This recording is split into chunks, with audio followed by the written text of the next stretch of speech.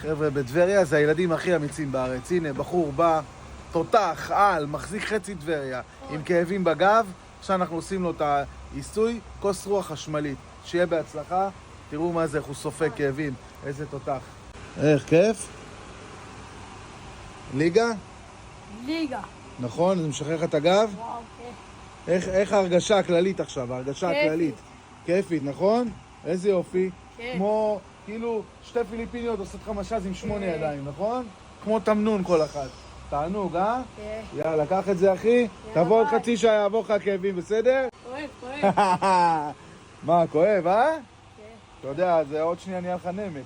תוריד, אם תוריד. לא, למה? מה? חכה, אני מחכה לנמק, שנייה אחת. וואי, וואי, כל הבשר שלך, מלא, מה קרה לך שם? כן? כן, זה משך לך את כל ה... וגם אני לא מצליח להוריד את זה עכשיו. תוריד, תוריד. אין, תראה, אני מושך. תראה לי מה זה עשה לך.